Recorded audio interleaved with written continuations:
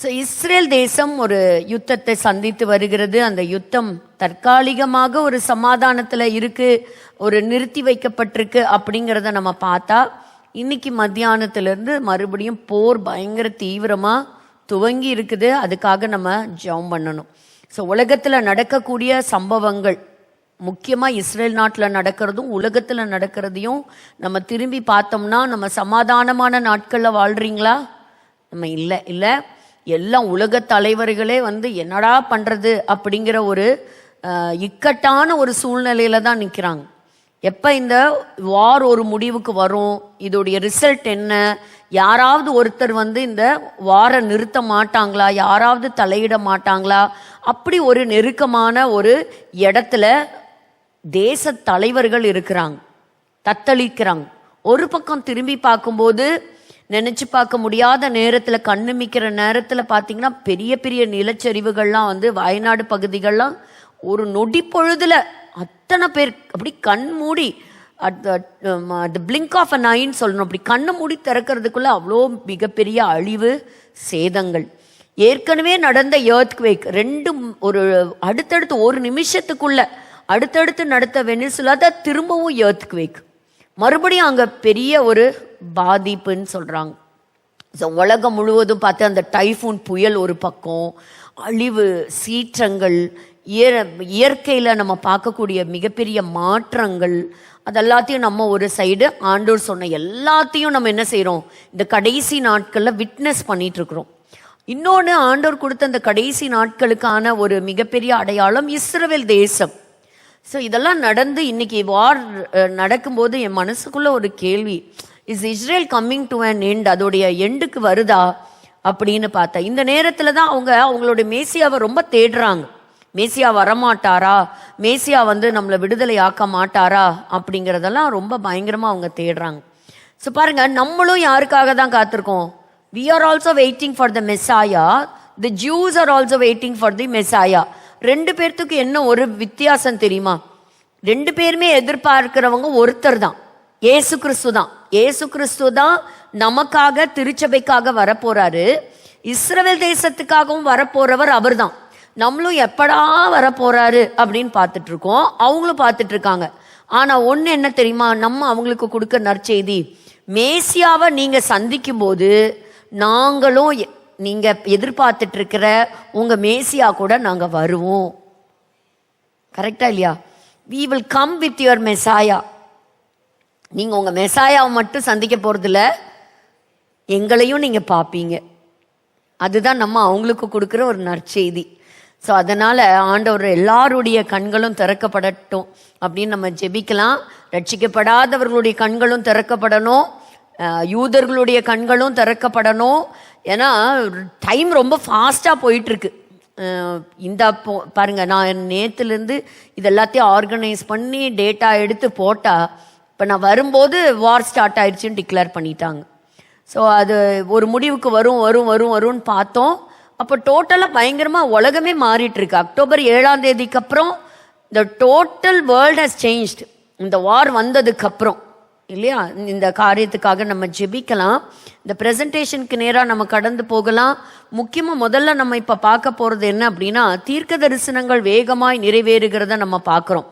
பாருங்களேன், எவ்வளோ யுத்தங்கள் வந்தாலும் ஒரு வழியாக வந்தால் எத்தனை வழியாக ஓடி போவாங்களாம், இப்பவும் பார்த்துட்டு தான் இருக்கிறோம். இஸ்ரவேல் நாட்டுக்கு பதிலாக அங்கே வேற ஏதாவது ஒரு நாடு இருந்திருந்தா 100% தாக்கு பிடிக்க முடிஞ்சிருக்காது. ஏன்னா இது ஆண்டவருடைய தேசம், அது கர்த்தருடைய மக்கள், அது உடன்படிக்கைக்கு சொந்தக்காரங்க. ஆபிரகாமுக்கு கர்த்தர் செய்த வாக்கு தத்தத்தை நினைவு கூர்ந்து நிறைவேற்றுகிற உண்மையுள்ள தேவன் அவர். God is a faithful God.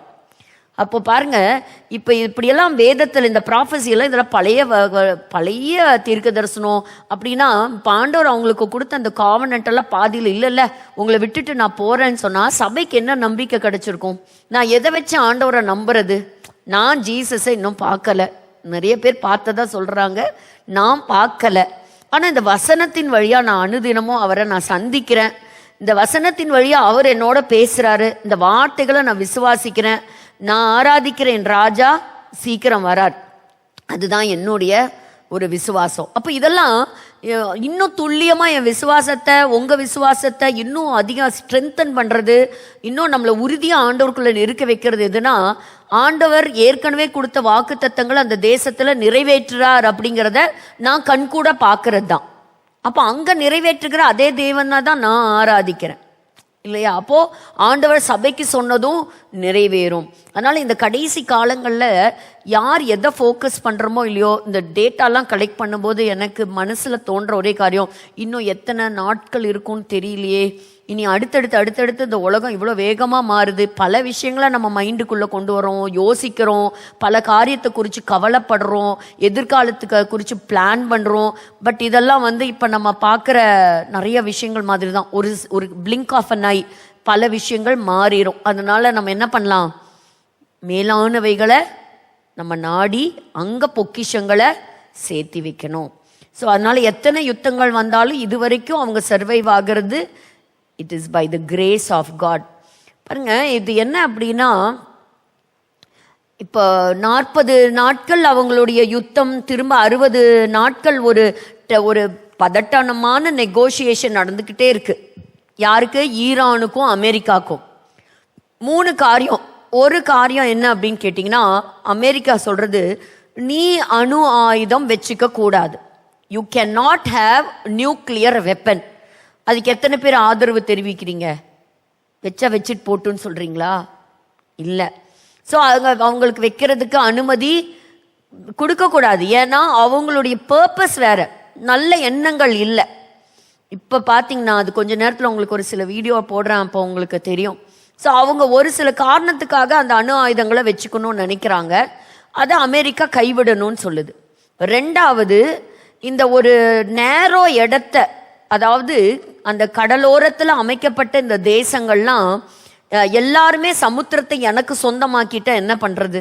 அந்த மாதிரி இந்த பாத்வே, கடல் வழியா போகக்கூடிய கப்பல்கள் எல்லாம் தடுத்து, நல்ல வியாபார கப்பல்கள் எல்லாம் அங்கேயும் இங்கேயும் போக முடியாம, விலைவாசி எல்லாம் ஏறி இன்னசென்ட் பீப்புள்ல இருந்து, சாதாரண மக்கள்ல இருந்து கஷ்டப்படுறாங்க. இன்னைக்கு யுத்தம் ஸ்டார்ட் ஆயிடுச்சு. மத்தியானத்துல இருந்து சொல்றாங்க, இப்பதான் ஆயில் பிரைசஸ் எல்லாம் குறைஞ்சு ஓரளவுக்கு ஒரு சமநிலைக்கு வந்துட்டு இருந்தது. சவுதி அரேபியா இப்போ இன்னும் குறைச்சலான விலைக்கு நான் கொடுக்குறேன்னு அவங்க வந்தாங்க. இந்த நேரத்துல யுத்தத்தை மறுபடியும் டிக்ளேர் பண்ணிருச்சு அமெரிக்கா. ஏன்னா ட்ரம்ப் சொல்லிட்டாரு, இதுக்கு மேல என்னால ஈரானோட மல்லு கட்ட முடியாது, என்னால பேச்சுவார்த்தை நடத்த முடியாது. அதனால நான் பேச்சுவார்த்தைன்னு சொன்ன அந்த 60 நாள் நான் கொடுத்திருந்தா அந்த பீரியட், அந்த MOU 2 பேரும் ஜூன் 14 ஒரு MOU சைன் பண்ணிக்கிட்டாங்க. 60 நாட்களுக்குள்ள இந்த யுத்தம் நிறுத்துறோம். அதுக்கு நடுவில் என்னாச்சு, பேச்சுவார்த்தையெல்லாம் நடந்தது. குஷ்னர் அவர்களும் இந்த அமெரிக்காவுடைய என்வாய் அவர்களும் கத்தார்ல மீட் பண்ணி அங்க நிறைய மீடியேட்டர்ஸை வச்சு பேசுனாங்க. பேச்சுவார்த்தை நடந்தாலும் இந்த யுத்தம் ஒரு முடிவுக்கு வரவே இல்லை. இனி யார் பேசுறது? ட்ரம்ப்பே இடப்பட்டாச்சு. இப்ப ட்ரம்ப்புக்கு நிகரான ஒரு ஆள் இன்னைக்கு இல்லை. இன்னைக்கு அமெரிக்கா தான் வல்லரசு இல்லையா? இன்னைக்கு சூப்பர் பவர் கண்ட்ரி எது? அமெரிக்கா தான். அமெரிக்கா தைரியமா சொல்லுது, எங்களுக்கு யாரோட ஹெல்ப்பும் எனக்கு வேண்டாம் அப்படிங்கிறதெல்லாம் அவங்க தைரியமா இன்னைக்கு சொல்றாங்க. ஸோ அந்த அளவுக்கு இன்னைக்கு அவங்க டெக்னாலஜி, டிஃபென்ஸு, அவங்களுடைய மிலிட்ரி, எல்லா விதத்துலையுமே அவங்க பொருளாதாரத்தில் வளர்ந்து இருக்கிற ஒரு நாடால இந்த யுத்தத்தை, ஒரு பேச்சுவார்த்தையை சக்சஸ்ஃபுல்லாக முடிக்க முடியல. ஈரானுடைய எக்கானமி ரொம்ப அடி வாங்கிட்டு இருக்கு. ரொம்ப ரொம்ப டவுன்ல போனாலும் அவங்க என்ன செய்ய மாட்டேங்கிறாங்க, இந்த ஸ்ட்ரெயிட் ஆஃப் ஹார்மூஸ்ன்னு சொல்லக்கூடிய அந்த ஜலசந்தியை அவங்க திறந்து விட மாட்டேங்கிறாங்க. எல்லாருக்கும் போறதுக்கு அனுமதியை நாங்கள் கொடுக்க மாட்டோம் அப்படிங்கிறது. இதனால இப்படி இந்த சண்டை. இப்போ என்ன பிரச்சனை தெரியுமா? Who controls the Hormuz? இந்த ஸ்ட்ரெயிட் ஆஃப் ஹார்மூஸ்ங்கிற ஒரு பகுதியை யார் தான் கண்ட்ரோல் பண்றது? அப்போ இத்தனை நாள் அது இன்டர்நேஷ்னல் வழித்தடம். எல்லா நாடுகளும் அந்த சின்ன ஒரு பாதையை கிராஸ் பண்ணி தான் போகணும்.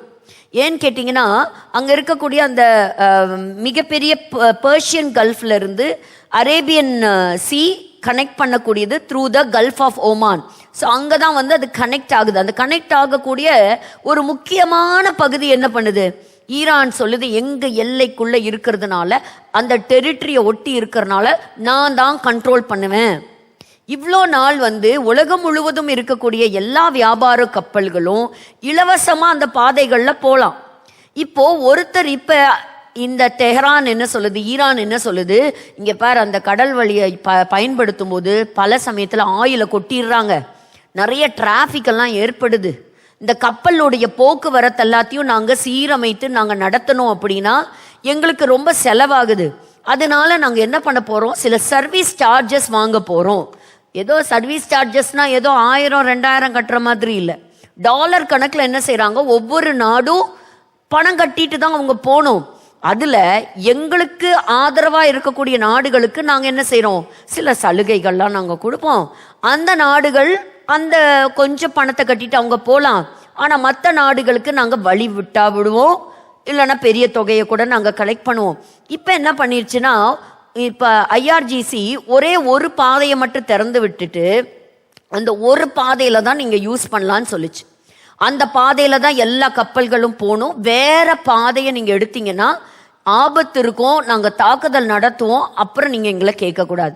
இப்படி சொல்லிட்டு இருக்கிற இந்த சமயத்துல தான் நேற்றைக்கு அமெரிக்காவுக்கு சொந்தமான 3 கமர்ஷியல் கப்பல் தாக்கப்பட்டிருக்கு. யார் தாக்குனா அப்படின்னா ஈரான் தான். அது வச்சு சும்மா இருக்கலாம்ல. இது எப்படின்னா டிட் ஃபார் டேட் மாதிரி இருக்குது. நீ என்ன அடிச்சியா, நான் உன்னை பதில் கடிக்கிறேன். ஓ நீ என்ன திருப்பி அடிச்சியா, நான் இன்னும் உன்னை பலமா அடிக்கிறேன். ஓ என்ன பலமா அடிச்சியா, நான் இன்னும் உன்னை பலமா அடிக்கிறேன். இதனால யார் பாதிக்கப்படுவா, நம்ம வீட்டு சிலிண்டர் விலை ஏறிடும். நமக்கு இப்ப 10 நாள் ஏதோ சிலிண்டர் கிடைச்சிட்டு இருந்தது, இனி அது என்ன ஆகும்னு தெரியல. இன்னைக்கே ஆயில் பிரைசஸ் எல்லாம் இன்க்ரீஸ் ஆயிரும் அப்படின்னு சொல்றாங்க. ஸோ இந்த மாதிரி தாக்குதல் நடந்த ஒரு போட்டோ தான் நீங்க பார்த்தது. ஸோ அந்த கடல் பகுதியில் அந்த மாற்றி மாற்றி தாக்குதல் நடத்தினதுல இப்போ என்ன சொல்லிச்சு அமெரிக்கா, நம்மளே 60 நாள் ஒரு பீரியட்ல தானே இருக்கிறோம், அதுக்குள்ள நீ என்னோட கப்பல்களை நீ தாக்கிட்டேல, அதனால நான் உன்னை என்ன செய்ய போறேன், நான் உன்னை தாக்குதல் நடத்த போறேன் அப்படின்னு சொல்லி இது ஒரு பயங்கரமான ஒரு தாக்குதலா மாறி போயிருச்சு. இப்போ இந்த நான் அனுமதிக்கிற ரூட்ல தான் போகணும், சரி கட்டினா கட்டி தொலைலாம் விடுங்க அப்படின்னு சொல்ல முடியாது. ஏன்னா உலகம் முழுவதும் அந்த மாதிரி ஒரு பகுதி தான் இருக்குன்னு நம்ம நினைக்க கூடாது. உலகம் பந்தர் அப்பாஸ் அந்த மாதிரிலாம் பல பகுதிகள்லாம் எடுத்துக்கிட்டா உலகம் முழுவதும் நிறைய கப்பல்கள்லாம் போக வேண்டிய நிறைய பாதைகள் இருக்கு. அங்கெல்லாம் டோல்கேட் வச்சு எல்லாம் நிறுத்து, கப்பலை நிறுத்து, பணத்தை கட்டு அப்படின்னா என்ன பண்றது? நம்ம இருக்கிற ஆயில் பிரைசஸ் கிட்டத்தட்ட 20% இன்க்ரீஸ் ஆயிருமா, 20% இன்க்ரீஸ் ஆகுமா. அப்போ இதுக்காக என்ன செய்யணும், நமக்கு யாரும் சம்பளத்தை இன்க்ரீஸ் பண்ண போறது இல்லை. இன்க்ரீஸ் பண்றாங்களா, இன்க்ரிமெண்ட் வருதா, இன்க்ரிமெண்ட் 500 1000 ஏறுது. ஆனா நம்மளுடைய சிலிண்டர் விலையும் நம்மளுடைய ஆயில் விலையும் என்ன ஆகுது, அதிவேகமா ஏறுது. அப்போ இது எல்லாத்துக்கும் காரணம் என்ன, அமெரிக்காவும் ஈரானும் ஒரு சமாதான ஒரு பேச்சுவார்த்தைக்கு வந்தே ஆகணும். இந்த யுத்தத்தை அவங்க நிறுத்தணும். அப்ப இந்த யுத்தம் நிறுத்தினா மட்டும்தான் இப்போ இந்த பிரச்சனையெல்லாம் சால்வ் ஆகும். ஆனா இவங்க 2 பேரும் இப்ப இருக்கிற நிலைமையை பார்த்தா இது ஒரு சமாதானத்துக்கு வருவாங்களாங்கிறது தெரியல. ஏன்னா நான் சமாதானத்துக்கு வரலன்னு டிக்ளேர் பண்ணிட்டாரு ட்ரம்ப். அவர் திடுதிப்புன்னு அனௌன்ஸ்மெண்ட் கொடுத்துட்டாரு. அதனால இது எங்கேயோ நடக்குதுன்னு சாதாரணமா நம்ம எடுத்துக்க வேண்டாம். நம்முடைய வீட்டையும் கர்த்தர் பராமரிக்கணும், ஆசீர்வதிக்கணும். உலகத்திலையும் தேவையில்லாத ரத்தம் சிந்தப்படக்கூடாது, யுத்தம் தொடரக்கூடாது இல்லையா? அதனால அதுக்காக நம்ம என்ன செய்யலாம், இன்னும் கொஞ்சம் ஊக்கமா நம்ம ஜெபம் பண்ணணும்.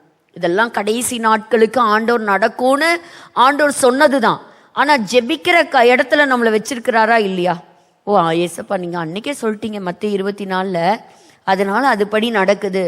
இல்ல பாருங்க, நம்ம 1 தெசலோனிக்கர் வாசிக்கிறோம் பாருங்க, அவன் வரக்கூடாதபடிக்கு, அந்தி கிறிஸ்து உள்ள நுழையா கூடாதபடிக்கு இன்னைக்கு தடுத்து நிற்பதே சபைதான். அப்போ இன்னைக்கு சபை எடுக்கப்பட்டுட்டா இன்னும் பயங்கரமான நாட்கள் வந்துடும். ஸோ கடைசி காலம், உலகத்தினுடைய விளிம்பு, எதை பார்க்கறதுனே தெரியல. இது ஒரு பக்கம் நடக்கும்போது நியூஸ் பேப்பர் எடுத்தோம்னா நியூஸ் பேப்பர் நினைச்சு என்ன செய்திகள் தான் இருக்கு. சந்தோஷமான செய்திகள் ஒரு பக்கத்துக்கு ஒரு செய்திகள் கூட கிடையாது இல்லையா? இன்னைக்கு சின்ன குழந்தையிலிருந்து பெரியவங்க வரைக்கும் ஒரு பாதுகாப்பு இல்லாத ஒரு உலகத்துக்குள்ள நம்ம வந்துட்டோம். 38 டிஸ்ட்ரிக்ட்ல மட்டும் சொல்றாங்க போக்சோ சட்டங்கள் வந்தது மட்டும் கிட்டத்தட்ட 18,000க்கு மேல இருக்கக்கூடிய கேஸ இன்னும் கொண்டு வந்தே முடிக்கவே முடியலையா. அவ்வளோ கேசஸ் நாளுக்கு நாள் இன்க்ரீஸ் ஆகுது. மர்டர் கேசஸ் இன்க்ரீஸ் ஆகுது. இப்போ கோர்ட்ல எங்க ஜட்ஜு பேசும்போது சொல்லுவாங்க, முந்தி இருந்த மாதிரியே இல்லம்மா இன்னைக்கு உலகம்லாம், முந்தி இருந்த மாதிரி குடும்பங்கள் இல்லைம்மா, எல்லாமே மாறி போயிருச்சு. இன்னைக்கு சேர்ந்து வாழுங்கன்னு சொல்ல முடியல, பிரிஞ்சு போங்கன்னு சொல்ல முடியல. உனக்கு என்ன தோணுதோ அதை நீ செய், அப்படிதான் சொல்ல வேண்டிய ஒரு நிலைமையில இன்னைக்கு இருக்கு. அந்த மாதிரி இன்னைக்கு எல்லாருக்கும் ஸ்ட்ரெஸ்ஸு, டிப்ரெஷன், இப்படி இருக்கிற ஒரு சூழ்நிலையை எதுக்கு இதை நான் ஒரு எக்ஸ்பிளைன் பண்றேன் அப்படின்னா, இந்த மாதிரி ஒரு சிச்சுவேஷனை ஆன்டி கிரைஸ்ட் ஹேண்டில் பண்றதுக்கு வருவான். ஏன்னா பதில் தெரியாத ஒரு உலகத்துல நம்ம இருக்கிறோம் இல்லையா? அப்ப அந்த மாதிரி ஒரு நாட்கள்ல ஒருவன் வருவான் அப்படிங்கிறது. அப்ப நம்ம almost we are nearing to that phase அப்படின்னு நம்ம சொல்லலாம். ஸோ அதனால இந்த யுத்தத்திற்காக இப்போ நம்ம கொண்டு வந்த நியூஸ்ல மத்தியானம் வரைக்கும் எடுத்த செய்தி கூட இப்போ பழைய செய்தியா போயிருக்கோம். அதனால இனி நம்ம இந்த வாரங்கள் தான் நம்ம பார்க்கணும். பாருங்க, இந்த ஸ்ட்ரெயிட் ஆஃப் ஹார்மூஸ் இந்த இடத்துல தான் அந்த கப்பல் போக்குவரத்து தடை செய்யப்பட்டு இருக்கு. இத்தனை நாள் பாருங்க, இதெல்லாம் பண்ணதுனால நம்ம ஏதோ ரஷ்யா கிட்ட இருந்து ஆயில் வாங்கி உங்க வீட்டுக்கெல்லாம் சிலிண்டர் எப்படியோ நம்ம கவர்மெண்ட், நமக்கு தெரியாது நமக்கு எப்படி வந்தது, எங்கிருந்து வருதுன்னு தெரியாது. பட் இருக்கக்கூடிய பெரிய பெரிய அரசியல் தலைவர்கள், பொறுப்பில் இருக்கக்கூடிய அதிகாரிகள், அவங்கெல்லாம் முயற்சி செஞ்சதுனால தான், ஏதோ ஒரு பேச்சுவார்த்தை நடத்தினதுனால தான் உங்க வீட்டுக்கு என் வீட்டுக்கு சிலிண்டர், வண்டிக்கு ஆயில்லாம் கிடைச்சிது. இப்போ ரஷ்யாக்குள்ள இருக்கக்கூடிய ஆயில் பிளான்ட் எல்லாம் உக்ரைன் தாக்குதல் நடத்தி அழிச்சிருக்குது. அதனால இப்போ ரஷ்யாவாலையும் உலகம் முழுவதும் கொடுக்க முடியாத ஒரு சிச்சுவேஷன். ஆயில் இருந்தாலும் இந்த கடல் வழியா கொண்டு வர முடியாதபடி பாதைகள் அடைக்கப்பட்டிருக்கு. என்ன செய்வோம்னு நினைச்சு பாருங்க. ஸோ இதுக்காக நம்ம ஜெபிக்கலாம். ஸோ இதெல்லாம் ஜெப குறிப்புகளாக நம்ம எடுத்துக்கொள்ளலாம். பாருங்க, இதெல்லாம் நான் உங்ககிட்ட சொல்லி முடிச்சிட்டேன். ஸோ இந்த ஸ்ட்ரெயிட் ஆஃப் ஹார்மூஸ்ல இந்த கப்பல்கள் எல்லாம் வந்து தாக்கி இருக்கு அப்படிங்கிறது. ஸோ இது ஒரு பக்கம் நடக்க, அடுத்தது பார்த்தீங்கன்னா துருக்கி. இந்த துருக்கியோட நாடு என்ன சொல்றாங்க அப்படின்னா, ஐயோ இந்த இஸ்ரேல் நாடை அவன் என்ன சொல்றான், இட் இஸ் எ பேர்டுன்னு சொல்றான். உலகத்துக்கே தொந்தரவு இந்த இஸ்ரேல் தாயா. இந்த இஸ்ரேல் நாடு இருக்கிற வரைக்கும் இந்த உலகத்துக்கு என்ன கிடையாதுன்ட்டான், நிம்மதி கிடையாது. ரொம்ப காலமாவே எர்டோகனா இருக்கட்டும், அங்க துருக்கியில் இருக்கக்கூடிய முக்கியமான தேச தலைவர்களா இருக்கட்டும், அங்க இருக்கக்கூடிய முக்கியமான பதவியில் இருக்கிறவங்களா இருக்கட்டும், அவங்க எல்லாமே சொல்றது பாலஸ்தீனத்துக்குன்னு ஒரு நாடு கிடைக்கட்டும், அவங்களுக்கு எருசலேமை தலைநகரமா கொடுங்க, இந்த இஸ்ரேல்ங்கிற ஒரு நாடு தான் இடையில பூந்த நாடு, அதனால இந்த நாடு ஒழிச்சு கட்டலாம் அப்படிங்கிறது தான் துருக்கி. ஆனா இத்தனை நாள் நேட்டோ மெம்பரா இருந்தாலும் துருக்கிக்கு F-35 அப்படின்னு சொல்லக்கூடிய ஒரு முக்கியமான போருக்கு பயன்படுத்தக்கூடிய போர் விமானத்தை அமெரிக்கா கொடுக்காம வச்சிருந்தது. ஏன் கொடுக்கல அப்படின்னா, 2019 வருஷத்துல ரஷ்யா கிட்ட இருந்து S-400 அப்படின்னு சொல்லக்கூடிய ஒரு விமானத்தை அவங்க வாங்கினாங்க. அப்ப அமெரிக்கா சொல்லுச்சு, நீ ரஷ்யா கிட்ட இருந்து வாங்கிட்டீல, உனக்கு நாங்க தரமாட்டோம் அப்படிங்கிற ஒரு கிளியர் கட்டான இன்ஸ்ட்ரக்ஷனை, ஒரு தடை விதிப்பை கொண்டு வந்துருச்சு. ஆனா இப்போ அது முதல் டேர்ம், அதாவது ட்ரம்ப் அவர்கள் முதல் முறை ஆட்சியில் இருக்கும் பொழுதே அதை கொண்டு வந்தாங்க. இப்போ நேட்டோவுடைய ஒரு மீட்டிங் இந்த 2026 வருஷம் டர்க்கியில வச்சு நடக்கும்போது டோட்டலாவே அவருடைய வார்த்தைகள் வித்தியாசமா வருது. எர்டோகனை தன்னுடைய நல்ல சிநேகிதனை போலவும், இன்னைக்கு நான் டர்க்கிக்கு வந்து F-35 விமானத்தை நான் கொடுக்குறேன்றாங்க. இஸ்ரேல் வந்து இதை ரொம்ப ஸ்ட்ராங்கா அப்போஸ் பண்றாங்க. நீங்க கொடுக்காதீங்க, தயவு செய்து டர்க்கிக்கு கொடுக்காதீங்க. டர்க்கிக்கு கிடைச்சதுன்னா இஸ்ரேலுடைய டோட்டல் ஏர் ஸ்பேஸே வந்து ஒரு பெரிய பாதிப்புக்குள்ள வந்துடும். ஏன்னா இந்த துருக்கியை பத்தி சொல்றேன், கடைசியாக ஒரு யுத்தம் இந்த பூமியிலே நடக்க வேண்டி இருக்கிறது. அதுல இஸ்ரேலுக்கு விரோதமாக மனிதர்கள் வருவார்கள். அது ரஷ்யாவுடைய தலைமையில வரும். அதுதான் கோகு மாகோகு யுத்தம். இன்னைக்கு இந்த ரஷ்யா கூட வரப்போற நாடுகள்ல 2 முக்கியமான நாடுகள் எது அப்படின்னா, ஒன்று பெர்ஷியா என்று அழைக்கப்படுகிற ஈரான், இன்னைக்கு பேர் சொல்லுகிறோமே ஈரான், இந்த நாடு இஸ்ரேலுக்கு அகேன்ஸ்டா வரும். 2வது இவர்களோடு துருக்கி வரும். Turkey will come along with them. அப்போ இப்ப இதெல்லாம் பிளேசஸ்ல அலைன் ஆகும்போது பார்க்கும்போது எப்படி அழகா ப்ராஃபஸி டோட்டலா அதோடைய பிளேஸை எடுக்குதுங்கிறத நம்மளால கண் கூட பார்க்க முடியுது. அப்ப இப்படிப்பட்ட போர் விமானங்களை கொடுக்கறதுக்கு அமெரிக்கா உத்தரவு பிறப்பிக்கும் அப்படின்னு சொன்னா, இனி நாளைக்கு அமெரிக்காவுடைய ஆதரவை, செல்வாக்க இஸ்ரேல் அது இழக்கக்கூடிய நாட்கள் வரலாம். ட்ரம்ப்புடைய பீரியட் முடியும் போதோ இல்ல ட்ரம்ப் அவர்கள் இருக்கும் பொழுதோ ஆண்டவர் இந்த தீர்க்க தரிசனங்களுக்கு நேராக நடத்துவார் அப்படின்னு சொன்னா ஒரு தனிமைப்படுத்தப்பட்ட நாடாக இஸ்ரேல் நாடு நிற்கும், திக்கற்று நிற்கும், தன்னுடைய பலத்துல போராடி பார்க்கும் முடியாத ஒரு சூழ்நிலை வரும்பொழுது தேவன் அந்த தேசத்திற்காக அவர் இறங்குவார். அப்போ இதை நம்ம பார்க்குறோம். அப்போ இப்படி இதெல்லாம் கடைசி நாட்களில் தான் நடக்குங்கிறது பழைய ஏற்பாட்டின் தீர்க்கதரிசிகள் ரொம்ப அழகாக எழுதி வச்சிருக்கிறாங்க. இன்னைக்கு அந்த தீர்க்க தரிசனத்துக்கு நேராக நிறைவேறுதலுக்கு நேராக நம்ம கடந்து போகிறோம் அப்படிங்கிறது நம்ம பார்க்கும்போது ரொம்பவே ஆச்சரியமாக இருக்குது. பாருங்கள், அதுதான் சொல்லியிருக்காங்க. ஏற்கனவே பேன் பண்ணதை நீங்கள் என்ன பண்ணுறீங்க? நீங்கள் ஏன் பேன் பண்ணாங்கன்னா, நீங்கள் ரஷ்யா கிட்டேருந்து வாங்கிட்டு எங்கள் கிட்டேயும் கொடுக்கும்போது ஸோ மாஸ்கோ எங்களுடைய அந்த ஃப்ளைட்டை அவங்க ஸ்டடி பண்ணி அவங்களோட இம்பார்ட்டன்ட் தகவல்களை அவங்க எடுப்பாங்க அப்படிங்கிறது தான். அடுத்த ஒரு இன்டெலிஜென்ட் ரிப்போர்ட் என்ன கொடுத்துருக்கு அப்படின்னு சொன்னால், ட்ரம்ப் அவர்களை கொலை செய்வதற்கு ஒரு யூனிட்டே அமைச்சிருக்காங்களாம். அதுதான் முக்தர்.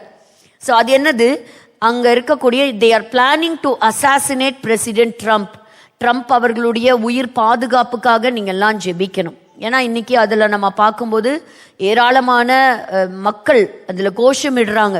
அதாவது அலி கமேனியினுடைய ஃபியூனரல் ப்ரொசஷன் அந்த இதெல்லாம் நடந்துட்டு இருக்கு. அந்த சமயத்தில் அவங்க எப்படியாவது kill Netanyahu, kill Trump, destroy Israel, Zionist பீப்புளே இருக்கக்கூடாது. இப்படி ஒரு பகையை இத்தனை ஆண்டு காலங்களில் நம்ம எந்த நாடும் பேசி பார்த்ததே கிடையாதுங்க. இதுதான் வரலாறுலேயே முதல் முறை நம்ம இப்படியெல்லாம் கேட்குறோம். பாருங்க, அதுக்கு நடுவில் அமெரிக்கா தன்னுடைய 250வது சுதந்திர வருஷத்தை கொண்டாடி இருக்கிறது. ஸோ 250 years ஆயிருக்கு. ஒரு பக்கம் அது இப்போதான் ஜூலை 2 அன்னைக்கு முடிஞ்சிருக்கு. அடுத்தது பார்க்கும் பொழுது கமேனி அவர்களுடைய மரணத்தின் ஊர்வலம் அது ஸ்டார்ட் ஆயிருக்கு. கமேனி யாருன்னு உங்களுக்கெல்லாம் தெரியுமா, ஞாபகம் இருக்கா? ஈரான் நாட்டினுடைய ஒரு சுப்ரீம் லீடராக இருந்தவர் தான் அயத்தோலா அலி கமேனி. ஸோ அவரை February 28 நடந்த தாக்குதல்ல ஒரே அந்த முதல் நாள் அன்னைக்கே அமெரிக்காவும் இஸ்ரேலும் இணைந்து கூட்டுப்படையாக நடத்திய தாக்குதலில் அவர் மட்டுமல்ல, அவரை சார்ந்த குடும்பத்தின் நபர்களும் கொலை செய்யப்பட்டார்கள்.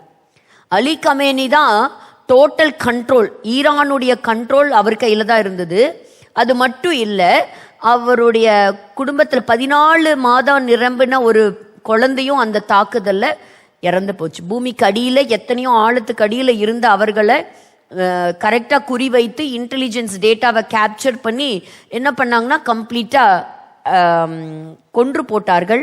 ஸோ அதில் இந்த முக்கியமான ஒரு படம் நீங்கள் பார்க்குறீங்க இல்லையா, இதுதான் அவருடைய சவப்பெட்டி. அந்த பெட்டிக்கு மேலே ஒரு என்ன பார்க்குறீங்க, இந்த இடத்துல ஒரு கருப்பு கலர் ஒரு டர்பன் ஒன்று பார்க்குறோமா, பார்க்குறீங்களா? இந்த ஃபோட்டோவில் பாருங்க, இது அவருடைய அந்த கேஸ்கெட். அதுக்கு மேலே என்ன இருக்குது, ஒரு டர்பன் ஒன்று இருக்குது. இந்த டர்பனை பற்றி படிக்கும்போது எனக்கு ஆவியானவர் சில காரியங்களை எனக்கு கற்றுக் கொடுத்தார். இப்போ அதை இந்த இடத்துல கூட நம்ம பற்றி படிக்கலாம். எப்படி அந்த ஊர் இருக்குது அப்படிங்கிறத பாருங்கள், இதில் உங்களுக்கு இன்னுமே தெளிவாக தெரியும். ஸோ அந்த நாட்டினுடைய ஈரான் நாட்டினுடைய கவர்மெண்ட்ல முக்கியமான பதவியில் இருக்கக்கூடிய தலைவர்கள் எல்லாருமே அவருக்கு இறுதி அஞ்சலி செலுத்தக்கூடிய காட்சிகள். அதுல அவருடைய தலைமாட்டுல அவருடைய டர்பன் சுத்தி வச்சிருக்கிறத நீங்க பார்க்கலாம்.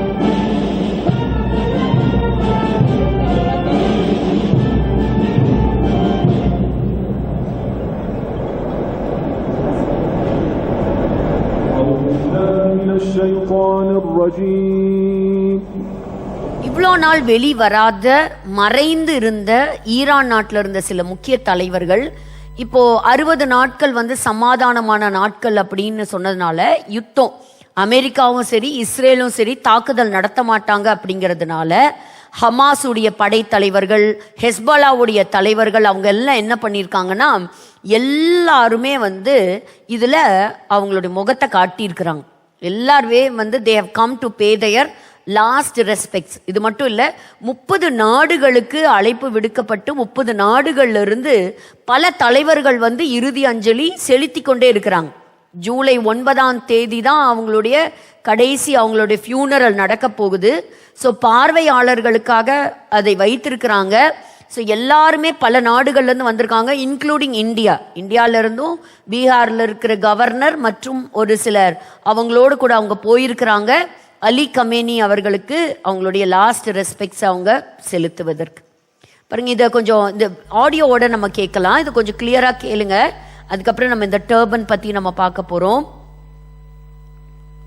A tiny coffin, less than a meter in length, draped in the Iranian flag. Inside it, the body of 14-month-old Zahra Mohammadi Golpayegani. It's laid carefully on top of 4 other coffins, one belonging to her mother. Her father, frame broken, stands before them, whispering a quiet prayer. These are the scenes from a public mourning held for Iran's supreme leader and his family, killed by the US and Israel in a single strike 4 months ago. But this is more than an ordinary funeral. It is a political event. These images were shared by Iran's state media alongside the hashtag Intiqam Khon Rahbar Shahid, revenge for the blood of the martyred leader. Revenge may seem a peculiar word for a country in the midst of peace talks, but for many of Iran's leaders, this is not just about laying the past to rest. யாரெல்லாம் இவருடைய சாவுக்கு காரணமா இருந்தாங்களோ அவங்களெல்லாம் நாங்க கொல்லாம விட மாட்டோம். Attendees carried red flags with the words "O Avengers of Khamenei," சிவப்பு கலர் flag எடுத்து காண்பிக்கிறது எதை குறிக்குது அப்படின்னா பழிக்கு பழி வாங்குவோம். நெத்தனியாவா இருக்கு,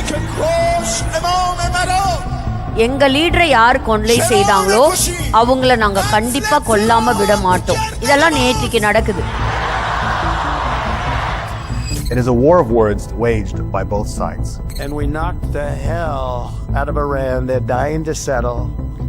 எப்படி தேசங்களுக்கு இடையிலே பகை இருக்குங்கிறத நீங்க பார்க்கலாம். ஈரான் அமெரிக்காக்கு சொல்றதும் அமெரிக்கா ஈரானை பார்த்து சொல்றதும் until the funeral ends with Khamenei's burial on July 9. In the meantime, Iran's maneuvering hasn't stopped. Its foreign minister met with representatives from Hamas, Hezbollah and the Houthis, Iran's 3 military partners in the region, while its China envoy announced that friendly countries would get special treatment in the Strait of Hormuz. And as Iran walks a tightrope in its negotiations with the US, there is a deep anger that persists among its most hardened voices.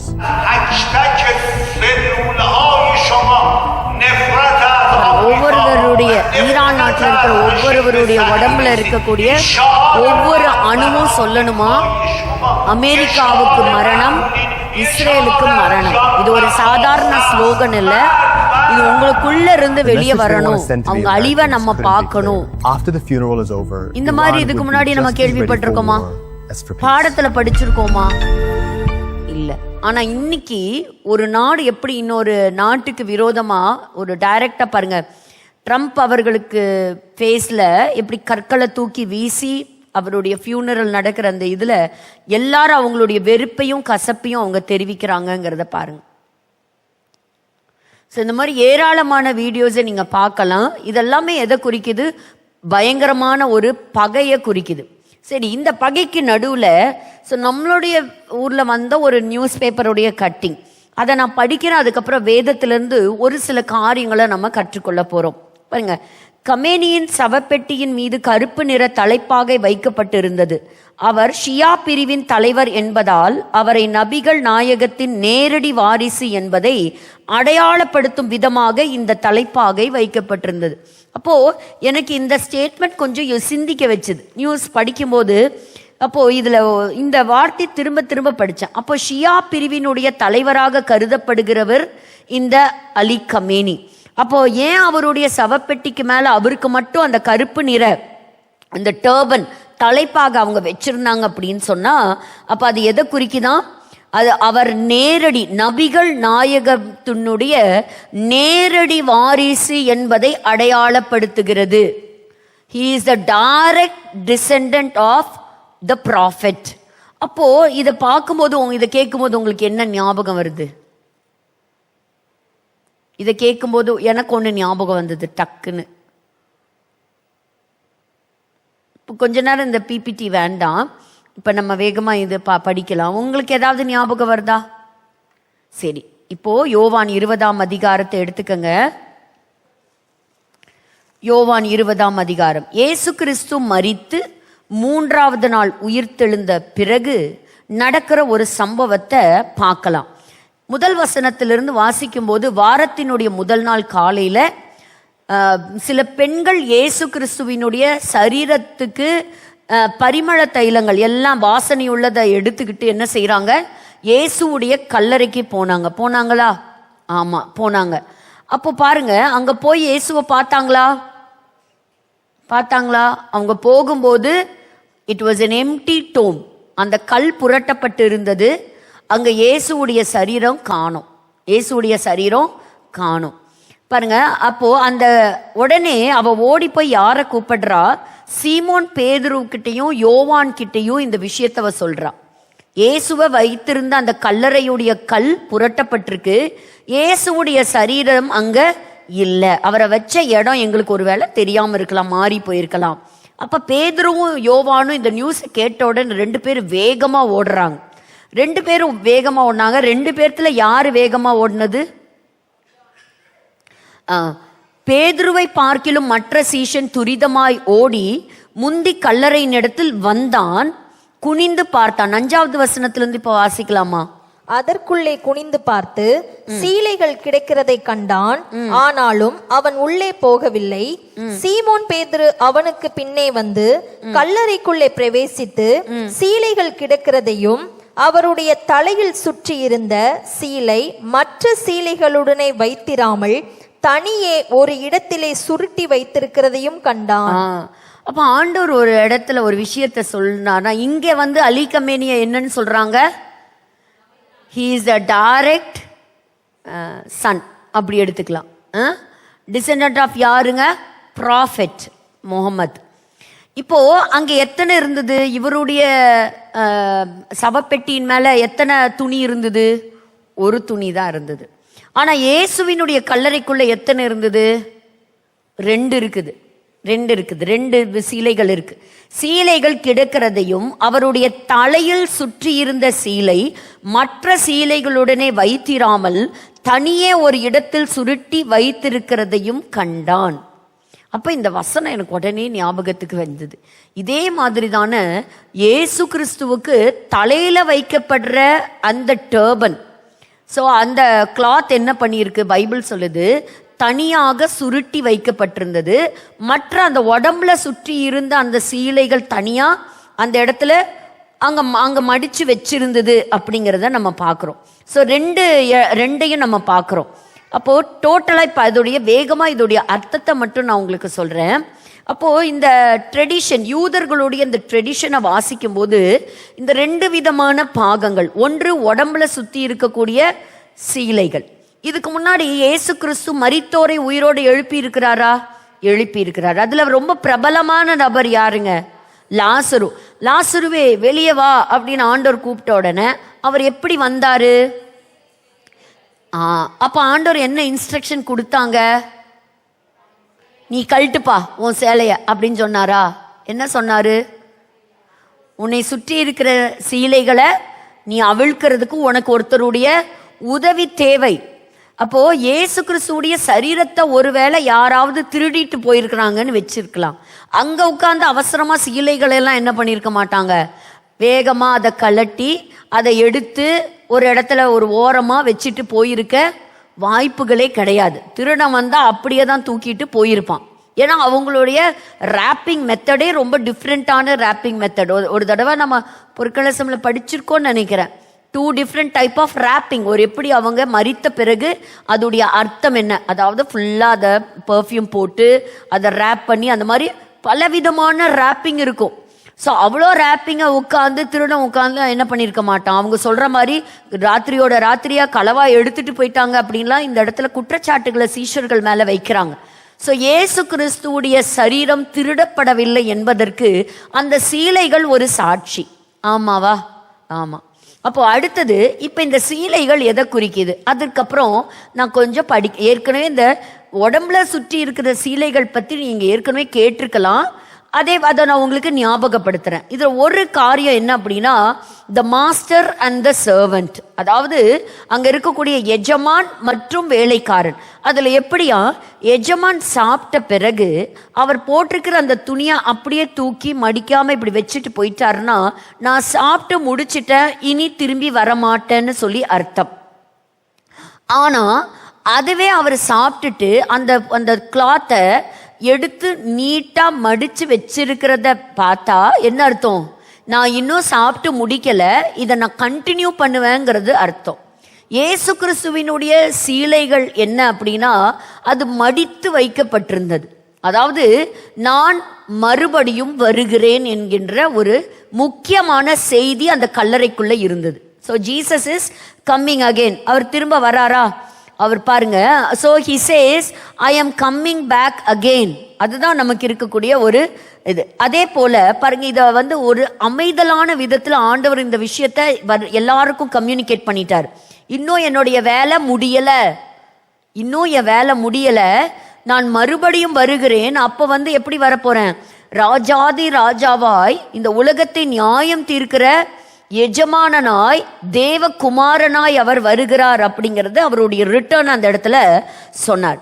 அதே மாதிரி இந்த கிளாத்தை fold பண்ணி வைக்கிறாங்க அப்படின்னு சொன்னா, அந்த நாட்கள்ல முக்கியமா இந்த பிரதான ஆசாரியனுக்கு நிறைய பொறுப்புகள் உண்டு.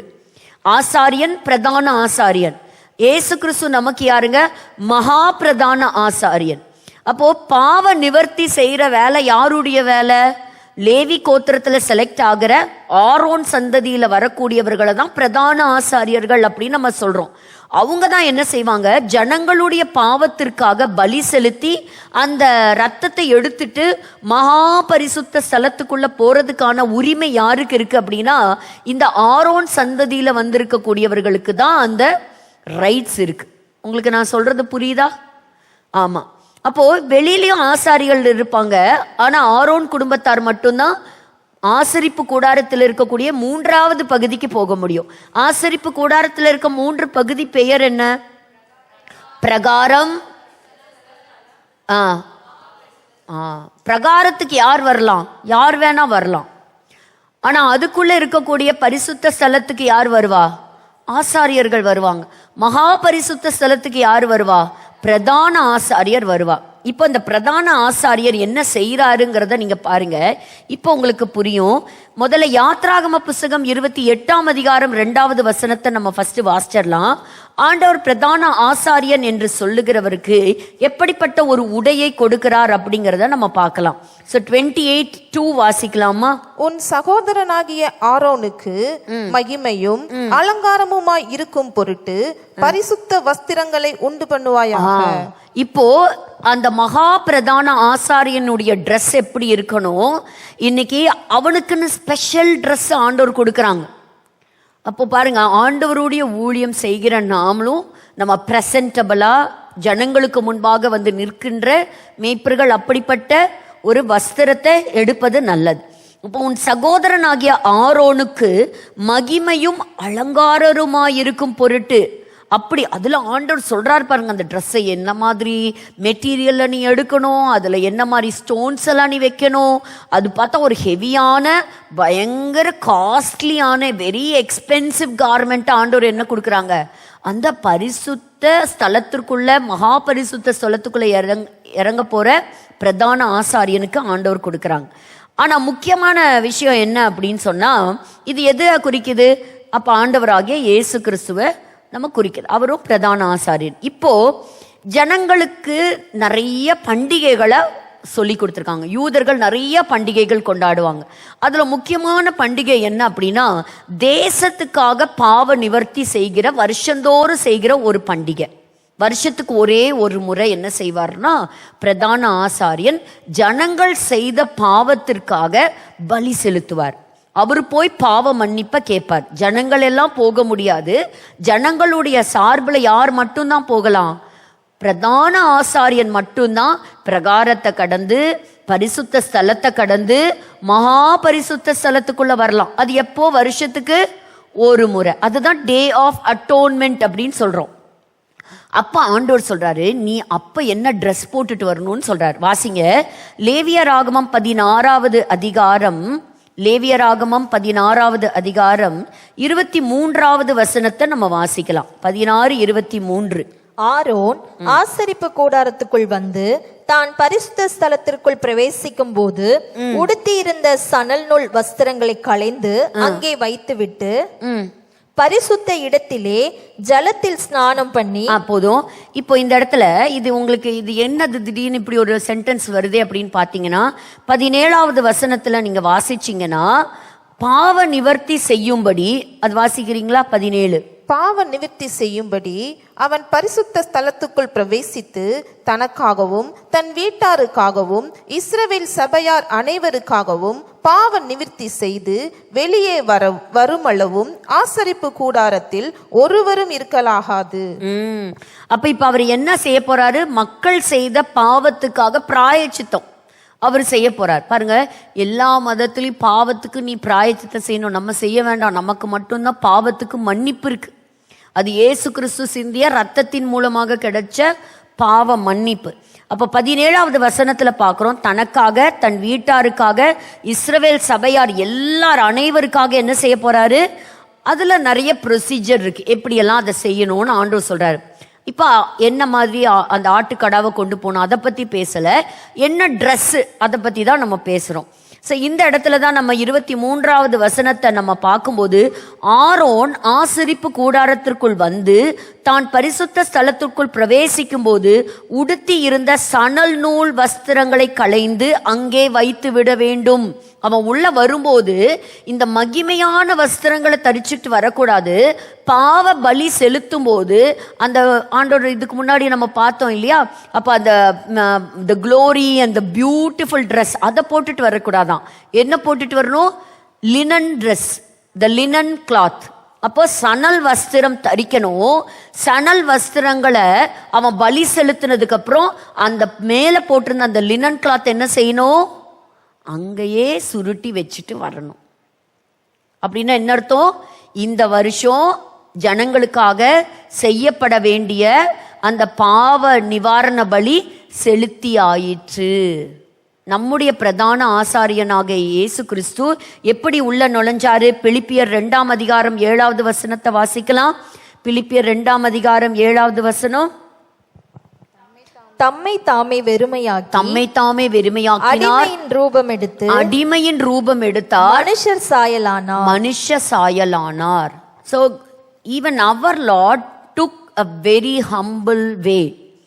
அவர் மகிமையின் தேவன், ஆனால் நமக்காக உலகத்தின் சகல ஜனங்களுடைய பாவத்தை தீர்ப்பதற்காக அவர் எல்லாருடைய பாவத்தையும், உன் பாவத்தை உறிஞ்சு தான் மேல ஏத்துக்கிட்டார், என் பாவத்தை உறிஞ்சு அவர் மேல ஏத்துக்கிட்டார். இங்க இருக்கிற ஒவ்வொருத்தருடைய பேரும், கவனிக்கிற ஒவ்வொருத்தருடைய பேரும் சொன்னா எவ்வளவு அக்கிரமங்கள், எத்தனை பாவங்கள், குற்றச்சாட்டுகள் இருந்தாலும் அத்தனையும் அவர் சிலுவைக்கு போகும்போது அதை உரிந்து கொண்டார்.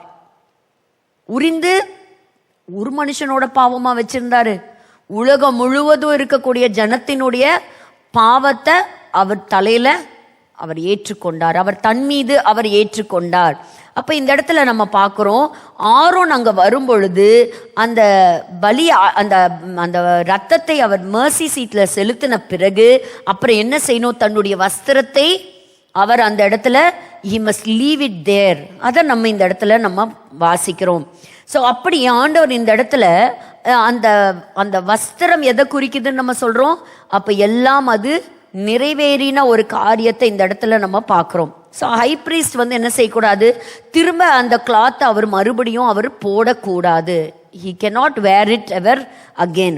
ஸோ ஏன்னா அந்த வருஷம் பாவத்துக்காக செலுத்தப்படுகிற இது என்ன ஆயிடுச்சு? கம்ப்ளீட்டா it is all finished, it is totally finished. அப்ப இங்க உள்ள பேதுரு யோவானும் உள்ள ஓடி வர்றாங்க. அங்க ஓடி வரும்போது பாக்குறாங்க, அப்படின்னு என்ன அர்த்தம்? It is finished. அது எதை குறிக்குது? முடிஞ்சிருச்சு. இனிமேல் ஜனங்கள் யாரும் பாவத்துக்காக எந்த பிராயச்சித்தமும் செய்ய வேண்டாம், எல்லாருடைய பாவத்தையும் நம்முடைய நேசர் சுமந்து கொண்டார். அதனால ஆண்டவர் சிலுவையில பேசிய கடைசி வார்த்தையும் என்னதான்? எல்லாம் முடிஞ்சிருச்சு அப்படின்னு சொல்லி தன்னுடைய ஜீவனை, ஆவியை ஒப்பு கொடுத்தார். அவர் தான் கொடுத்தார். அவரோட ஜீவனை யாரும் வந்து எடுக்கலாம் முடியல, எடுக்க முடியாது. அப்போ அந்த இடத்துல இட் இஸ் finished. அப்போ மடித்து வைத்திருக்கக்கூடிய காரியம் எதை குறிக்குது? ஏன்னா அவர் நமக்காக உயர்த்தப்பட்டிருக்கிற மகா பிரதான ஆசாரியன். அப்ப அவர் நமக்காக பலி செலுத்திட்டார், அவரோட ரத்தத்தை கொடுத்துட்டார். ஆடோடைய ரத்தமோ மாட்டுடைய ரத்தமோ காளைகளுடைய ரத்தமோ பறவைகளுடைய ரத்தத்தையோ இயேசு கொடுக்கல. தன்னுடைய கடைசி சொட்டு ரத்தம் வரைக்கும் உங்களுக்காக எனக்காகவே அதை சிந்திட்டு எல்லாத்தையும் உனக்காக நான் முடிச்சு வச்சுட்டேன் அப்படின்னு சொல்லி அந்த கிளாத் என்ன பண்ணாரு? முடிச்சுட்டு போயிட்டார். அப்போ அந்த உடம்புல இருக்கிற கிளாத் என்ன சொல்லுது? It is finished. அதாவது உன்னோட பாவத்திற்கான முடிஞ்சிருச்சு, அது அந்த துணி சொல்லுது. பட் அதை நீட்டா மடிச்சு வைக்கிறது எதை சொல்லுது? I am coming back again, I am returning. சரி, இது யார் இதை சொல்றா? இப்போ அந்த தலை சுருட்டப்பட்டிருக்கிற அந்த பகுதிக்கு வரலாம். அப்பதான் நான் யோசிச்சேன், இந்த இடத்துல ஒரு சாதாரண உலக பிரகாரமான நம்மை போல இருக்கக்கூடிய ஒரு மனிதனுடைய மரணத்துல ஒரு கருப்பு அந்த தலைப்பாகை வைத்து இவர் ஒரு ப்ராஃபிட்டுடைய ஒரு descendant, he is the direct டிசெண்டன்ட்னு எப்படி சொன்னாங்கன்னா, அப்ப ஆண்டவர் இந்த இடத்துல சொல்றாரு, நான் யாருன்னு சொல்றாரு? நானே பிதாவாகிய தேவனுடைய ஒரே பேரான செல்லகுமாரன். So I am the son of God and I am coming back again. Who is the son of God? Jesus is the son of God. He is not the prophet, but he is God. அவர் Trinity காட்ல ஒருவராய் இருக்கிறார் and he is coming again. நீங்க நம்பினாலும் சரி நம்மளை அதெல்லாம் பிதாதாங்க இயேசு தாங்க இப்படி குழப்புறவங்களும் இருப்பாங்க. ஆனால் நான் விசுவாசிக்கிற என் இயேசு கிறிஸ்து மீண்டும் அவர் வருகிறார். ஏன்னா யோவான் 6ஆம் அதிகாரத்துல நம்ம தியானிக்கும் போது சீஷர்களிடத்துல பார்த்து கேட்கிறாரு, எப்பா எல்லாரும் என்னை விட்டு ஓடி போயிட்டாங்க, நீங்களும் என்னை விட்டு ஓடி போறதுக்கு மனதா இருக்கிறீங்களா? நீங்களும் என்னை விட்டு போயிருவீங்களா அப்படின்னு கேட்கும்போது ரொம்ப துடுக்கா ஒரு பதில் சொல்றாரு பேதுரு. என்ன சொன்னாரு? அந்த வசனம் எடுத்திருந்தா வாசிங்க. சீமோன் பேதுரு அவருக்கு பிரதியுத்தரமாக ஆண்டவரே யாரிடத்தில் போவோம்? நித்திய ஜீவ வசனங்கள் உம்மிடத்தில் உண்டே. நீரே நீர் ஜீவனுள்ள தேவனுடைய குமாரனாகிய கிறிஸ்து. அதுதான் ரொம்ப இம்பார்ட்டன்டான வேர்ட். நீர் ஜீவனுள்ள தேவனுடைய குமாரனாகிய கிறிஸ்து. இப்ப இந்த இடத்துல அந்த 2 துணிக்கு நம்ம கொடுத்தா என்ன சொல்லலாம்? நானே பிதாவாகிய தேவனுடைய ஒரே பேரான கிறிஸ்து, நான் உங்களுடைய பாவங்களை சுமந்து தீர்த்து விட்டேன், மீண்டும் வருகிறேன். ஹல்லேலூயா.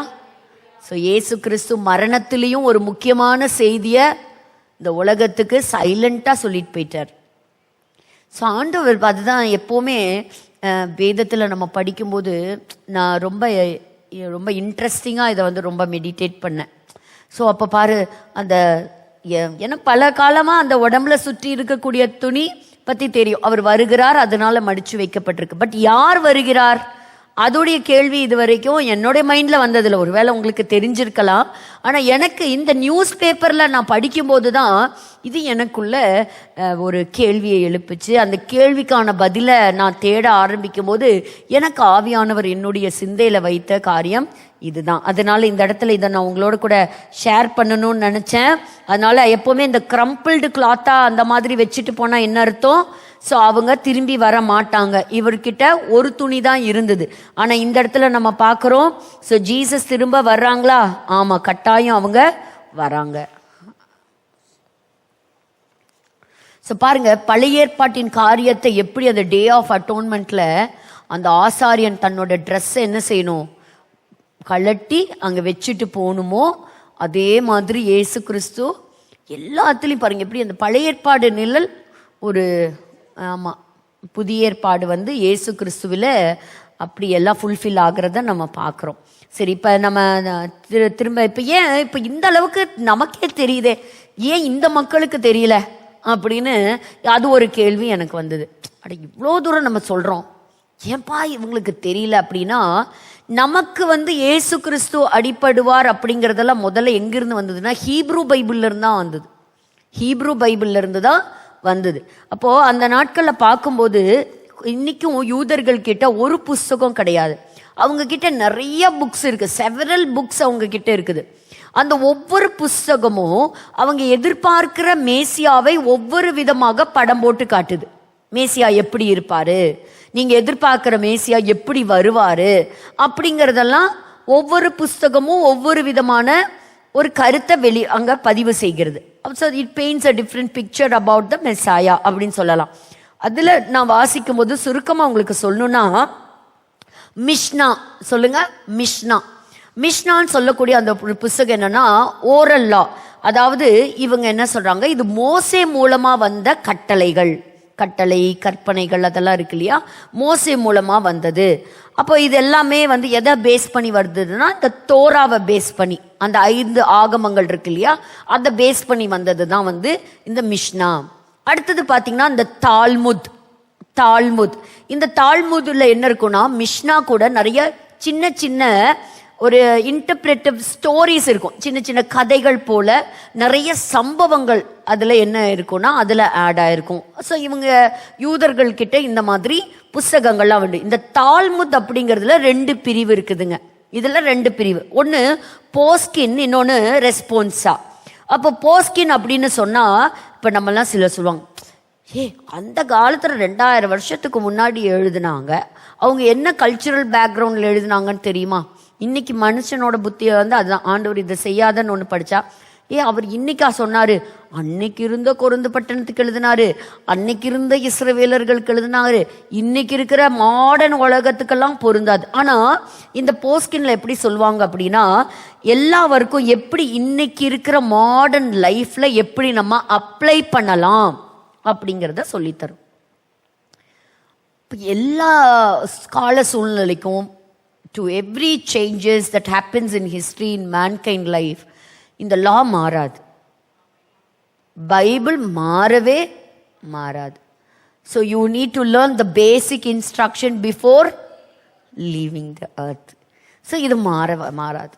அப்போ அதே மாதிரி இந்த ரெஸ்பான்ஸ் அப்படின்னா, இப்போ இந்த அதுல நிறைய கேள்விகள் கேட்பாங்களாம். அந்த கேள்விகள் எப்படி நான் இதை அப்ளை பண்றது அப்படிங்கிறதுக்கு நிறைய தீர்மானங்களை பத்தி எடுக்கக்கூடியதை எழுதுறது தான் இந்த ரெஸ்பான்ஸா.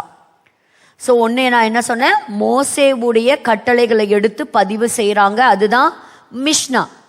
ஸோ தால்முதுல என்ன இருக்கும், மிஷ்னாவும் இருக்கும், அது கூட நிறைய, ஆமா, இவங்க கிட்ட நிறைய ரபிமார்கள் இருப்பாங்க பாருங்க. ஒவ்வொரு ரபிமார்களும் ரொம்ப காம்ப்ளிகேட்டிவான திங்ஸை என்ன செய்வாங்கன்னா புரியிற விதத்துல எழுதி வச்சிருப்பாங்க. ரொம்ப காம்ப்ளிகேட்டடா, இப்ப சிலர்லாம் ஏசாயா எரேமியாலாம் படிக்கும் போதே தூக்கம் வந்துடுது. இன்னொன்னு, எதுக்கு எதை சொல்றாங்க, வடக்கிலிருந்து ஒரு ராஜா வருவான், அவன் இதை எடுப்பான், திடீர்னு பார்த்தா நீ என்னத்தை காண்கிறாய், ஒரு பானையை பார்க்கிறேன், ஒண்ணுமே நமக்கு புரியாது. எதுக்கு ஆண்டவர் இவனை போய் இங்க கல்யாணம் பண்ண சொல்றாரு, அவங்க பேசுறதும் நமக்கு புரியாது. வடக்குல இருந்து இவன் வருவான், இந்த உனக்கு தெரியாத பாஷையை பேசுவான் ஒன்னும். அப்போ ஜனங்களுக்கு புரியாம இருக்கும் இல்லையா, அது எல்லாத்தையும் என்ன பண்ணாங்கன்னா ரொம்ப புரியுற மாதிரி எழுத ஆரம்பிச்சாங்க. ஆனா இந்த எபிரேய பைபிள் அப்படிங்கிறது முழு கலெக்ஷன். அதுல தோரா இருக்கும், தீர்க்கதரிசிகள் எழுதின ப்ராஃபட்டிக்கல் ரைட்டிங்ஸ் இருக்கும், அது இல்லாம அவங்க ரபிமார்கள் எழுதினதும் இருக்கும், எல்லாமே இருக்கும். அதை தனாக் அப்படின்னு சொல்லுவாங்க. என்ன சொல்லுவாங்க, தனாக் அப்படின்னும் அதை சொல்லுவாங்க. அதுக்கப்புறம் வந்ததுதான் என்ன அப்படின்னு கேட்டீங்கன்னா, இதை தவிர மித்ராஷ், கமெண்ட்ரிஸ், அதெல்லாம் நிறைய ஏராளமா இருக்கு. இப்படி இருக்கும்போது இந்த எபிரேய புஸ்தகம் என்ன ஆரம்பத்திலிருந்து பைபிள் சொல்லி கொடுத்ததுன்னா, மேசியாவை பத்தி, மேசியா தாவீதின் வம்சத்திலிருந்து வருவார், அவர் ஆளுகை செய்கிறவராக ஒரு ராஜாவா இருப்பார்னு ஒரு பகுதியும், இன்னொரு பகுதி மோசே யோசேப்பை போல தன்னை தாழ்த்துகிறவராக அவர் ஒரு ஹம்பிள் சர்வெண்டாவும் இருப்பார் அப்படிங்கிறது எழுதினாங்க. ஸோ எபிரேய பைபிள் நம்ம நினைக்கிற மாதிரி ஜீசஸ் உடைய அவருடைய குரூசிஃபிக்ஷன் பத்தி, அவர் அடிக்கப்படுகிற ஒரு ஆட்டை போல கொண்டு போவார் அப்படிங்கறதெல்லாம் அவங்களுக்கு தெரியும். ஏன்னா அவங்களுடைய எபிரேய பைபிள்ல அது எழுதப்பட்டிருக்கு. இப்ப நாங்க சமீபத்துல இஸ்ரேல் போகும்போதும் அதெல்லாம் யாரும் அவங்க படிக்கிறது இல்லை. அங்க நிறைய ரபிமார் எழுதின கமெண்ட்ரிஸ் தான் அடுக்கி வச்சிருக்கிறாங்க. அதை தான் எடுத்து அவங்க படிக்கிறாங்க. ஏன்னா அதுதான் அவங்களுக்கு புரியுது. ஆனா அந்த ஒரிஜினல் இது எப்படி இருக்குது, ரொம்ப கஷ்டமா இருக்கு, காம்ப்ளிகேட்டடா இருக்குது.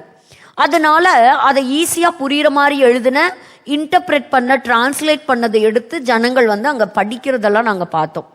அப்போ பாருங்க, ஒவ்வொரு ஸ்டோரி, ஹீப்ரூ பைபிள்ல நிறைய ஸ்டோரி இருக்கும். எல்லா ஸ்டோரியுமே யாரை ஃப்ரேம் பண்ணி எழுக்கும் அப்படின்னா, மேசியாவாகி இயேசுவை பத்தி தான். எல்லாமே இயேசு தான். பைபிள் முழுக்க முழுக்க நான் போன வாரம் சொன்னது போல அது இயேசுவை பற்றி தான். அந்த சமயத்துல தான் அப்ப அவர் எப்படி இருப்பார்னு சொன்ன, தாவீதை போல ராஜாவாகவும் தன்னுடைய குணாதிசயத்திலே யோசேப்பை மற்றும் மோசே போலவும் இருப்பார் அப்படிங்கிறது தான் அவங்க ஞாபகம் வச்சுக்க வேண்டியது. ஆனா எது இல்லை இப்போ, அதற்கப்புறம் வந்தது தான் மைமோனைட்ஸ். MAIMONIDES. ஸோ அவங்க மைமோனைட்ஸ், அவங்க தான் கிட்டத்தட்ட ஒரு 1000 வருட காலங்களுக்கு பிறகு இந்த மிஷ்னா, அந்த ரபானிக் ஃபவுண்டேஷன் அவங்க என்ன பண்ணாங்கன்னா, அவங்க அதிகமாக மேசியாவை பற்றியும் எழுதலை, அதிகமான குறிப்புகளும் மேசியாவை பற்றி கொடுக்கல. ஸோ அவங்கள பற்றி எப்படி இருந்தது, கொஞ்சம் குறிப்புகள் தான் இருந்தது. அதே போல அவங்க மோசேயினுடைய நியாய பிரமாணத்தை, சட்ட திட்டங்களை ஃபோக்கஸ் பண்ணாங்களே தவிர மேசியாவை அதிகமாக என்ன செய்யல, அவங்க ஃபோக்கஸ் பண்ணவே இல்லை. அதுக்கப்புறம் வந்தவர் தான் இந்த முக்கியமான இந்த ரபை, அவர் தான் மோசஸ் மைமோனைட்ஸ். அவர் தான் என்ன பண்ணார்னா, கிட்டத்தட்ட 10-15 ஆண்டு காலங்கள் எடுத்துட்டு ஜனங்களுக்கு எல்லாம் புரிகிற மாதிரி எழுதுற அப்படின்னு சொல்லி எல்லாத்தையுமே ரீஷேப் பண்ணி கொடுத்தாரு. அதுதான் மிஷ்னா தோரான்னு பேரு. இதைத்தான் ஜனங்கள் படிக்க ஆரம்பிச்சாங்க. இதுதான் என்னது, மிஷ்னா தோரா. அந்த மிஷ்னா தோரால என்ன எழுதி இருக்குது, மேசியா ஒரு மன்னனாக வருவார், தாவீதுடைய சந்ததியிலே ராஜாவாக வருவார். ஆனா எது ஒதுக்கப்பட்டுருச்சு, அவர் ஒரு மோசே போல ஒரு யோசேப்பை போல அவர் ஒரு அடிமையா, ஒரு சர்வன்ட் மாதிரி அவர் அடிக்கப்படுவார் அப்படிங்கிறத. அதனால அவங்களுக்கு எப்படி 2 கான்செப்ட் ஒரே ஆள்ல ஃபில் ஆகணும், அது எப்படி அவர் ராஜாவாகவும் இருப்பாராம், அவர் ஒரு அடிமையாகவும் இருப்பாராம் அப்படிங்கிறத அவங்களால ஏத்துக்கவே முடியல. ஸோ மேசியாவை அவங்க என்ன பண்ணாங்க, ஒரு பகுதியை கட் பண்ணாங்க. அதுதான் மிஷ்னா தோராலிருந்து அவங்க கண்களுக்கு இன்னைக்கு அவங்க பார்க்கறது, ஒரு மன்னன் வருவார், ஒரு ராஜா வருவார், எங்களை அடிமைத்தனத்திலிருந்து எங்களை மீட்கிறதுக்காக அவர் வருவார் அப்படிங்கிறது. அப்போ அவர் தான் கிட்டத்தட்ட so what he did, he dropped completely, entirely the servant அப்படிங்கிற அந்த கான்செப்டே கம்ப்ளீட்டா என்ன பண்ணிட்டாரு, விட்டுட்டு அரசாளுகிற ஒரு ராஜாவாக வருவார் அப்படிங்கிறத மட்டும் எழுதிட்டார். கிட்டத்தட்ட 14 வால்யூம் எழுதியிருக்கிறார். அதுல முழுக்க இந்த ஜூயிஷோட லா எதெல்லாம் ரொம்ப கஷ்டமா காம்ப்ளெக்ஸா சிதறி இருந்ததோ அதெல்லாத்தையும் ஒருங்கிணைந்து அது ஒரு 14 புஸ்தகங்களாக வெளியிட்டிருக்கிறாங்க. அது பார்த்தீங்கன்னா ரொம்ப இறுக்கமான, ரொம்ப கடினமான, முக்கியமான சட்டங்கள் அதுல இருக்கும். அதே மாதிரி இவர் அந்த நாட்களில் சொல்றாங்க, அவர் ரொம்ப ஒரு இன்டெலிஜென்ட் மேன் ஆஃப் காடா இருந்தார், ரொம்ப ஒரு அறிவு பெருத்தவரா இருந்தார். அந்த காலத்திலே ஒரு ஃபேமஸான ஒரு சுல்தான் சலாதீன் அப்படிங்கிறவருக்கு ஒரு மருத்துவராகவும் அவர் பணியாற்றி இருக்கிறார். அவர் மருத்துவ ரீதியாகவும் அநேக புஸ்தகங்களை அவர் எழுதி இருக்கிறார் அப்படின்னு சொல்லப்படுது. ஸோ இன்னைக்கு நம்ம பார்க்குறோம், இன்னைக்கு இதனால தான் நமக்கு வெளிவந்த இந்த இவ்வளோ பெரிய ரகசியம் அவங்களுடைய கண்களுக்கு இன்னும் மறைக்கப்பட்டிருக்கு. ஸோ பல ஆண்டு காலங்களாக அவங்களுக்கு என்ன தெரியாது, அவங்க மேசியா அடிக்கப்படுவார் அப்படிங்கிற அதுவே அவங்களுக்கு தெரியாது. Because they follow Mishnah Torah. So அதில் அவங்க எதிர்பார்க்கிற மேசியா எப்படி தான் இருக்கணும், ராஜாவா தான் வரணும். அதனால தான் கடைசியா இயேசு கிறிஸ்து போகும்போதும் சீஷர்கள்லாம் கேட்டாங்க, இந்த காலத்திலயா எங்களுக்கு ராஜ்யத்தை, அவங்களோட ஃபோக்கஸ் எல்லாம் அப்படிதான் இருந்தது. அதுக்கப்புறம் பரிசுத்த ஆவியானவரை பெற்றுக்கொண்ட பிறகுதான் அவங்களுடைய லைஃப் கம்ப்ளீட்டா மாறுச்சு. இன்னைக்கு ஆவியானவர் நமக்கு கொடுக்கப்பட்டிருக்கிறாரு. நம்மெல்லாம் ஆண்டவருக்கு கடைசி நாட்கள் வரைக்கும் ஆண்டவருக்கு உண்மையா வாழணும், ஆண்டவருக்கு சாட்சியா நம்ம நிக்கணும். உலகம் மாறலாம், மனிதர்கள் மாறலாம், ஆனா டாக்டரின் மாறாது, வேதம் மாறவே மாறாது. ஸோ சரியான உபதேசத்துல நம்ம நிலைச்சு இருக்கணும். நமக்காக ரத்தம் சிந்தின பிரதான ஆசாரியர் அவர் மட்டுமே. சரி, இந்த பிரசன்டேஷனுக்கு நேராக போய் இதை முடிக்கலாம். நம்ம தொடர்ந்து இந்த யாத்ராகம பயணத்தை, நமக்கு ரொம்ப சமயம் ஆயிடுச்சு, அதை நம்ம தொடர்ந்து அடுத்த வாரம் நம்ம பார்க்கலாம். ஸோ இங்கே பாருங்க, இதில் நம்ம பார்க்கும்போது இப்போ ரொம்ப தீவிரமாக இருக்கிறாங்க. இந்த நாங்கள் அமைதலாக இருக்க மாட்டோம், எங்களுடைய சத்தம் உலகத்தில் இருக்கக்கூடிய எல்லாருடைய காதுகளுக்கும் கேட்கணும். இதுவரைக்கும் பல டிகேட்ஸாக இதுவரைக்கும் இப்படி ஒரு அடக்கத்தை யாரும் பார்க்கல. உலகமே இன்னைக்கு பார்க்குது. அலி கமேனி அவர்களுடைய மரண ஊர்வலத்தை அவங்க எல்லாருமே பார்த்துட்டு இருக்காங்க. தெஹரான் ஸ்ட்ரீட்ல ஆரம்பிச்சு QOM அந்த இடத்துல அவருடைய சரீரம் வைக்கப்படுகிறது. அதற்கு பிறகு மஷாத், ஈரான்ல மட்டும் இல்லைங்க, ஈராக்குக்கும் கொண்டு செல்லப்படுகிறது. ஏன்னா எங்கெல்லாம் அவங்களுடைய புனித ஸ்தலங்கள் இருக்குதோ அப்போ ஷியா வழிபாட்டில் இருக்கிறவர்களுடைய புனித ஸ்தலங்களுக்கெல்லாம் நஜாஃப், கர்பாலா அங்கெல்லாம் போயிட்டு திரும்பவும் அவரை மஷாதுக்கு கொண்டு வந்து, ஸோ 8வது இமாம்னு சொல்லக்கூடிய அவருடைய பக்கத்தில் அவரோடத வைக்கிறாங்க. ஸோ அவர் அடக்கம் பண்ணுறாங்க. அவர் உயிரோடு இருந்ததை விட அவர் மரித்த பிறகுதான் அவருடைய அங்கீகாரம், அவரை பற்றின ஒரு பெரிய, அவருக்கு ஒரு பெரிய மதிப்பு வந்திருக்கு அப்படின்னு அவங்கெல்லாம் நம்புகிறாங்க. ஸோ இந்த இடத்துல உலகம் முழுவதும் நம்ம பார்க்குறாங்க. இந்த இடத்துலையும் என்னுடைய பல காரியங்கள் நான் நிறைய யோசிக்க வச்சுது. அந்த கடைசி அந்த உபத்திரவ காலங்களில் எப்படி 2 பேர் சாட்சிகளாக வருவாங்க, மறிப்பதை உலகமே. ஏன்னா இன்னைக்கு இப்படிப்பட்ட ஒரு மரணத்தை யாருமே இதுவரைக்கும் நடத்தினதில் பார்க்கல. அந்த அளவுக்கு கிட்டத்தட்ட 2 crores ஆஃப் பீப்புளை எக்ஸ்பெக்ட் பண்ணுறாங்க. ஈரானில் பார்த்தீங்கன்னா